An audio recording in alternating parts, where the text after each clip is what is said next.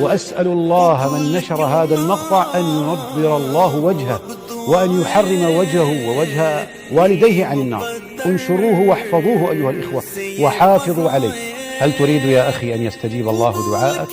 اسمع إلى هذه الوصية.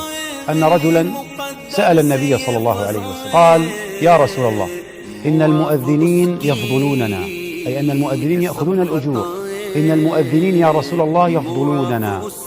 فأوصاه النبي صلى الله عليه وسلم فقال له عليه الصلاة والسلام: قل مثل ما يقول، يعني أن تردد خلف المؤذن. إذا قال المؤذن الله أكبر الله أكبر تردد خلفه الله أكبر الله أكبر، أشهد أن لا إله إلا الله أشهد أن لا، تردد خلف المؤذن. فقال عليه الصلاة والسلام: قل مثل ما يقولون، ثم إذا انتهيت فسل تعطى.